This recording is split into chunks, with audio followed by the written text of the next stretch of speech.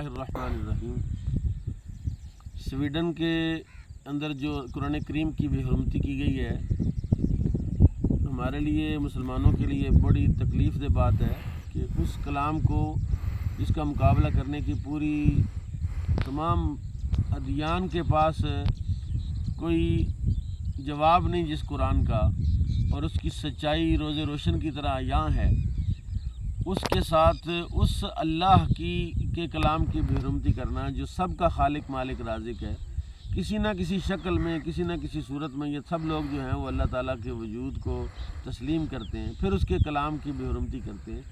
تو میں تو اس میں احتجاج کرنا چاہیے اور بھرپور کرنا چاہیے، لیکن میرے نزدیک اس کے لیے بڑا احتجاج یہ ہے کہ اگر تمام ملت اور تمام مسلمان اگر کوشش کر کے ہم اپنے ہر گھر میں سے دو بچے قرآن کی خدمت کے لیے مختص کر دیں، قرآن کی تعلیم حاصل کریں۔ دیکھیے، دو چیزوں پر ان کا فوکس ہے، مغرب کا دو چیزوں پر کافروں کا فوکس ہے، ایک قرآن، دوسرے رسول اللہ صلی اللہ علیہ وسلم، یعنی نبی کریم صلی اللہ علیہ وسلم کی ذات اقدس کو ٹارگٹ کرتے، اور اب انہوں نے کچھ عرصے سے باقاعدہ قرآن کو ٹارگٹ کرنا شروع کیا۔ ہم لوگ 1 دن 2 دن 4 دن احتجاج کرتے ہیں، مظاہرے کرتے ہیں اور شور شرابہ کر کے پھر ہم گھر بیٹھ جاتے ہیں، جبکہ وہ ایک اس کو لائن آف ایکشن کے طور پر اور ایک مسلسل کوشش کی صورت میں وہ اس کو کر رہے ہیں، کبھی کسی ملک میں، کبھی کسی ملک میں، کبھی کسی جگہ، کبھی کسی جگہ قرآن پاک کے ساتھ ایسا کر رہے ہیں۔ حالانکہ قرآن کا جو مالک ہے،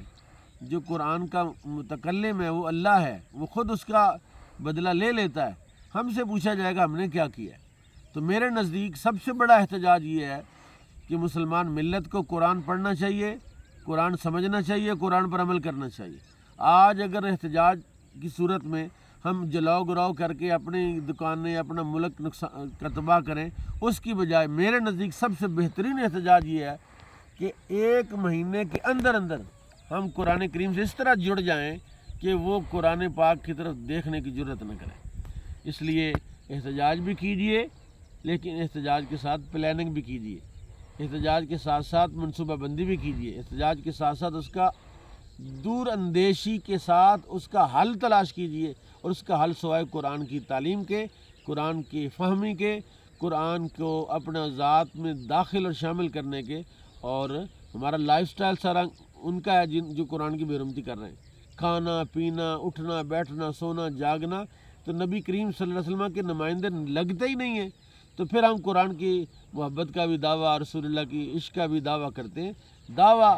دلیل کا محتاج ہوتا ہے، اور دلیل یہ ہے کہ قرآن ہر شخص کو آئے، قرآن کی تعلیم ہو، قرآن کی تقریر ہو، قرآن کا آواز ہو، قرآن کو پڑھا جائے، قرآن کو ڈسکس کیا جائے، اور یہ قرآن واحد چیز ہے جو ساری کائنات کا علاج ہے، جو اللہ نے ہمیں اس کائنات کے ہر مرض کے علاج کے لیے، ہر دکھ کے مداوع کے لیے قرآن عطا فرمایا ہے۔ مسلمان ملت کو اس کا خیال کرنا چاہیے۔ اس میں میں رانا کلیم صاحب سے عرض کروں گا یہ بھی اپنے کچھ جذبات کا اظہار کریں۔ بسم اللہ الرحمن الرحیم۔ اصل میں جیسا کہ قرآن پاک میں اللہ تعالیٰ نے فرمایا ہے کہ یہ یہود و نصارہ آپ کے دوست نہیں ہو سکتے۔ بے شک سفارتی سطح پہ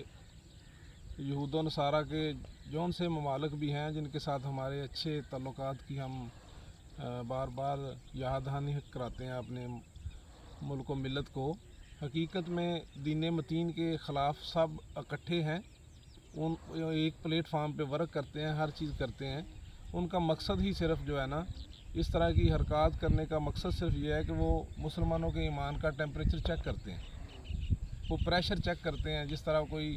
فریج ٹھیک کرنے والا فریج کو پریشر دینے کے بعد چیک کرتا ہے کہ یار اس کے پائپ ٹھیک ہیں یا ڈیمیج ہے، تو وہ بار بار ہمیں چیک کرنے کا ان کا مقصد یہ ہے کہ یہ دین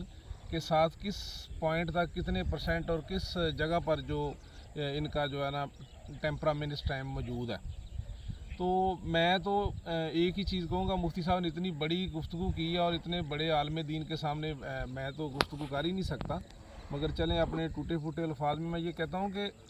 ہمیں کیا کرنا چاہیے۔ جس طرح کہ مفتی صاحب نے کہا کہ اپنے بچوں کو قرآن پاک کا جو ہے نا حافظ بنائیں، ان کو قرآن پاک پڑھنا اور سمجھنا اور اس کی تشریح اور اس حوالے سے ان کو دین مکمل کروائیں تاکہ وہ قرآن پاک کا دفاع کر سکیں۔ اصل ذمہ داری تو قیامت تک کی اللہ اور اللہ کے رسول کی عزت و حرمت کی اور قرآن پاک کی اللہ رب العزت کی ہے، ٹھیک ہے جی۔ ہم اس قابل نہیں ہیں کہ یہ ذمہ داری ہم اٹھائیں، یہ تو اللہ نے خود اٹھائی ہے۔ ضرورت صرف اس چیز کی ہے کہ اگر یہ جو ہمارا لوکل سطح پہ جو ایک انوائرمنٹ بلڈ کی جاتی ہے کہ جب کوئی قرآن پاک کی یا نبی کریم صلی اللہ علیہ وسلم کی ذات کی بات آتی ہے تو ہمارے معاشرے میں جو تقسیم پیدا کر دی گئی ہے کہ چند لوگ اس طرف کر دیے گئے ہیں، چند لوگ اس طرف کر دیے گئے ہیں۔ احتجاج کے لیے اگر مفتی صاحب بیٹھے ہیں تو ہم میں سے 4 لوگوں نے پاس سے گزر جانا ہے کہ یار یہ دینی کام والے لوگ ہیں، یہ ان کا کام ہی یہ ان کا وتیرہ یہ ہے۔ یہ جو تفریق پیدا ہو گئی ہے یہ ہمارے لیے موت ہے، ہمارے دین کے لیے، ہمارے ایمان کے لیے، ہماری اولادوں کے لیے، ہماری نسلوں کے لیے۔ تو خدارہ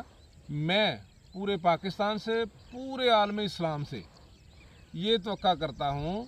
احتجاج کے لیے روڈز استعمال نہ کیے جائیں۔ خدارہ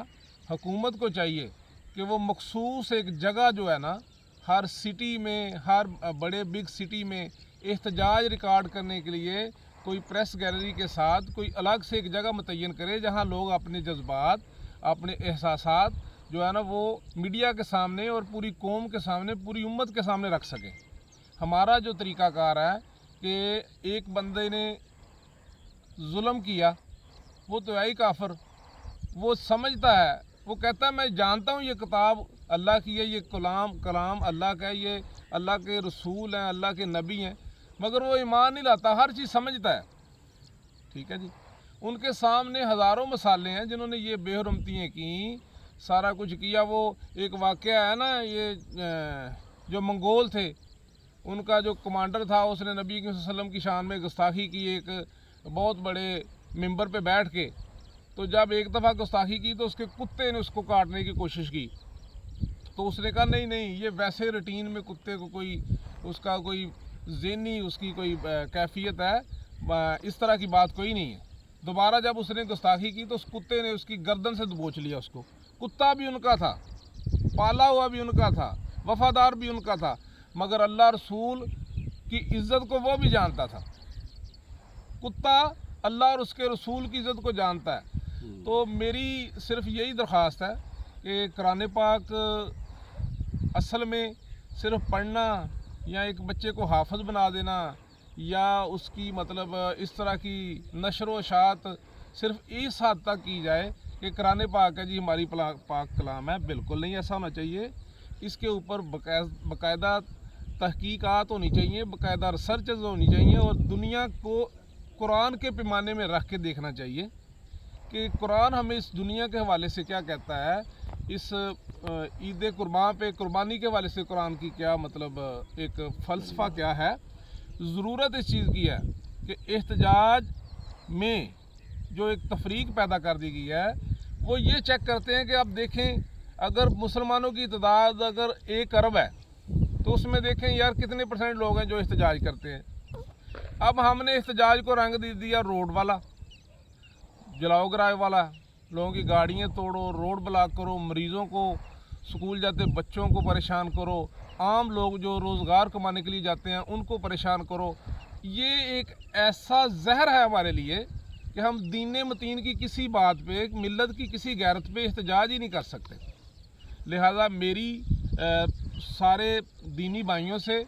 علماء دین سے، اکابرین امت سے درخواست ہے کہ احتجاج کے لیے آپ کے پاس ممبر رسول ہے، آپ کے پاس مدارس ہیں، آپ کے پاس بے شمار ایسی جگہ ہیں،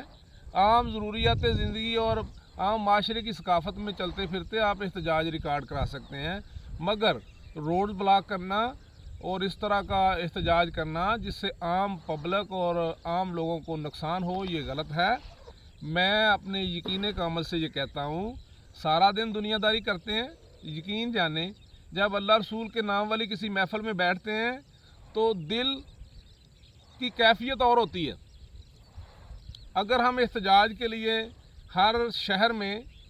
کوئی گراؤنڈ، کوئی پارک، کوئی چیز مختص کر دیں،